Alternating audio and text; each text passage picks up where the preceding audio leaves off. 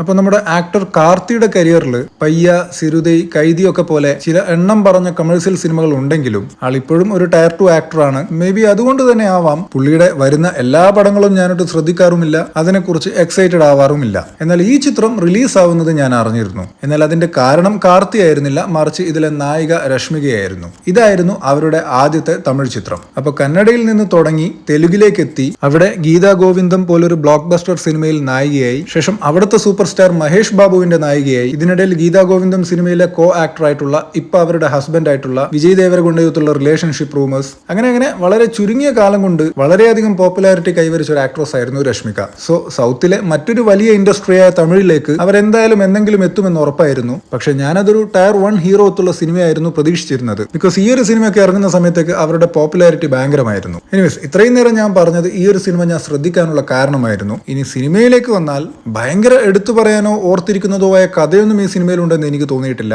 പക്ഷേ ഇതിലെ fight scenes അത് ഗംഭീരമായിരുന്നു. ഇതിലെ ഏത് ഫൈറ്റ് സീൻസ് എടുത്താലും അത് അവർ അത്രയ്ക്ക് ഭംഗിയായി ചെയ്തു വെച്ചിട്ടുണ്ട്. എപ്പോഴും പാന്റും ഷർട്ടും ഇൻസൈഡ് ചെയ്ത് നടക്കുന്ന ഈ പുള്ളി അതുമാത്രമല്ല തനിക്ക് ഇതും വശമുണ്ടെന്ന് തെളിയിക്കുന്ന, ചുറ്റുമുള്ള റൗഡികൾ ഇയാളെ കണ്ട് ഞെട്ടി നിൽക്കുന്ന ഫൈറ്റ്, പിന്നെ ക്ലൈമാക്സിലെ ആ ഒരു തീപ്പൊരി ഫൈറ്റ്, അങ്ങനെ എല്ലാം കൊണ്ടും ഈ പടത്തിലെ ഫൈറ്റ് സീക്വൻസസ് ഒക്കെ ഗംഭീരമായിരുന്നു. അപ്പൊ ചുറ്റും ഒരുപാട് റൗഡികളുടെ സംരക്ഷണത്താൽ മാത്രം നിൽക്കാൻ കഴിയുന്ന ഒരാളല്ല, മറിച്ച് കൂടെ ആരുമില്ലെങ്കിലും ഒറ്റയ്ക്ക് പൊരുതി നിൽക്കാൻ കഴിയുന്ന ഒരാളായിട്ടാണ് ഇതിലെ നായകനെ പ്രസന്റ് ചെയ്തിട്ടുള്ളത്. കാഴ്ചയ്ക്ക് പുള്ളി അങ്ങനെ അല്ലെങ്കിൽ പോലും. അപ്പൊ ആ ഒരു സംഗതി എനിക്ക് ഭയങ്കര ഇഷ്ടപ്പെട്ടിരുന്നു. ക്ലൈമാക്സ് ഫൈറ്റില് ഒരുവിധം എല്ലാവരെയും വെട്ടിനിരത്തിയ ശേഷം നായകൻ വീഴാറാവുമ്പോ വീണ്ടും ഒരു ബഞ്ച് ഓഫ് വില്ലന്മാര് വരുന്നതും, എന്നാൽ ഞാൻ തളർന്നിട്ടില്ല, ഇനിയും ഞാൻ തല്ലും എന്ന് പറഞ്ഞ് നായകൻ വീണ്ടും ആയുധം പിടിച്ചു നിൽക്കുന്ന ആ ഒരു ഷോട്ടൊക്കെ നൈസ് ആയിരുന്നു. അപ്പൊ ദാറ്റ്സ് ഇറ്റ്. സോ ഈ ഫൈറ്റ് സീക്വൻസുമായി ബന്ധപ്പെട്ട കാര്യങ്ങൾ മാത്രമാണ് എനിക്ക് ഈ സിനിമയെ കുറിച്ചുള്ള മെമ്മറി. അപ്പൊ നിങ്ങൾ ഈ സിനിമ കണ്ടവരാണെങ്കിൽ ഇതിനെക്കുറിച്ചുള്ള അഭിപ്രായങ്ങൾ കമന്റ് ചെയ്യുക.